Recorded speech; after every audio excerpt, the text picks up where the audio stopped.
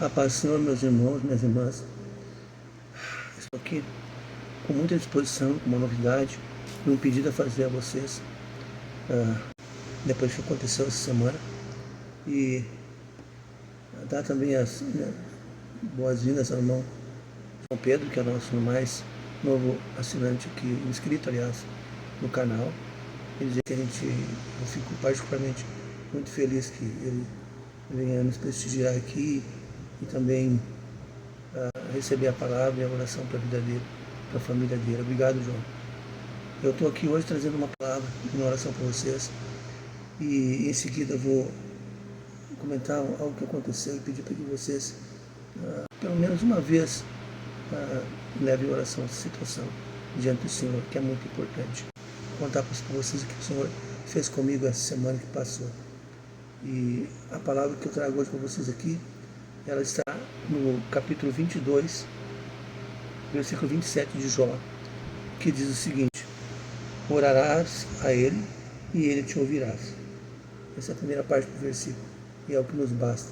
Depois você pode ver o contexto e o restante dessa palavra, quando você estiver meditando aí. Aqui nós temos uma orientação, que na verdade foi um dos amigos de Jó que passou para ele enquanto estava naquela provação ali, e esse amigo de Jó falou para ele que em dado momento que ele deveria orar ao Senhor e o Senhor ouviria ele. Esse é um conselho que serve para todos nós, atravessou séculos, milênios e nos alcançou nos dias de hoje, porque de fato essa é a palavra de Deus. Nós temos aqui nesse pequenino versículo a orientação para orar e a promessa de que ele nos ouvirá. Quer dizer, não é um monólogo. O Senhor nos orienta a falar com ele em oração e que ele vai estar ouvindo. É evidentemente porque ele é a sabedoria personificada, ele sabe quando e como nos responder, mas ele vai nos responder. Então a orientação é essa. Vamos orar e esperar com certeza de que o Senhor vai nos responder a oração.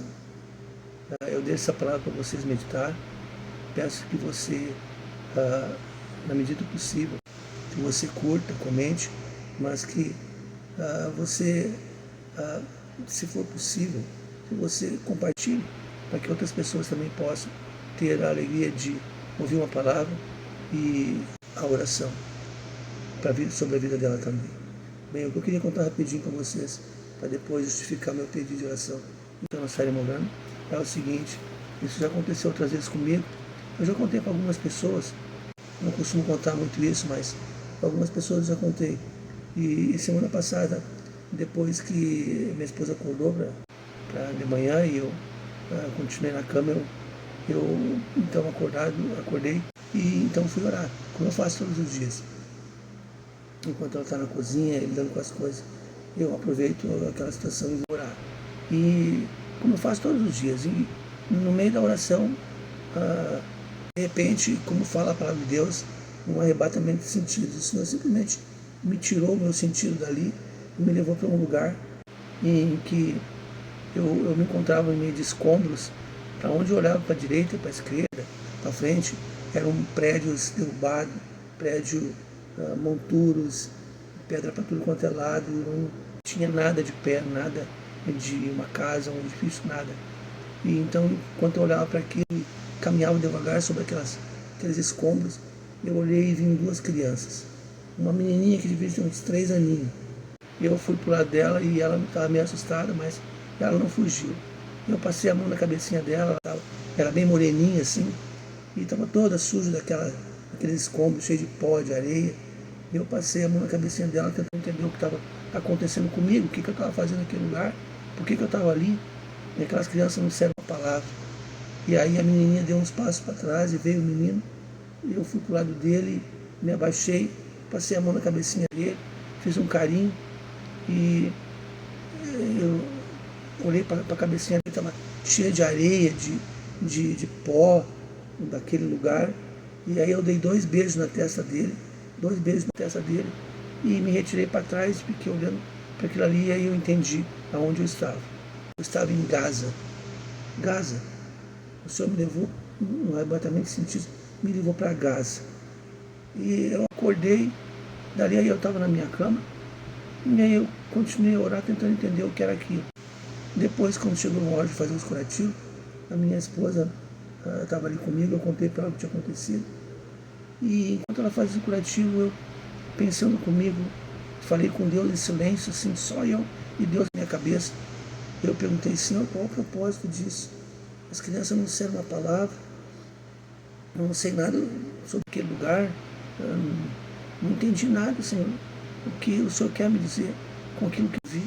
Eu terminei de pensar e a minha esposa respondeu, ela estava bem do meu lado, o Senhor quer que tu ore por aquelas crianças.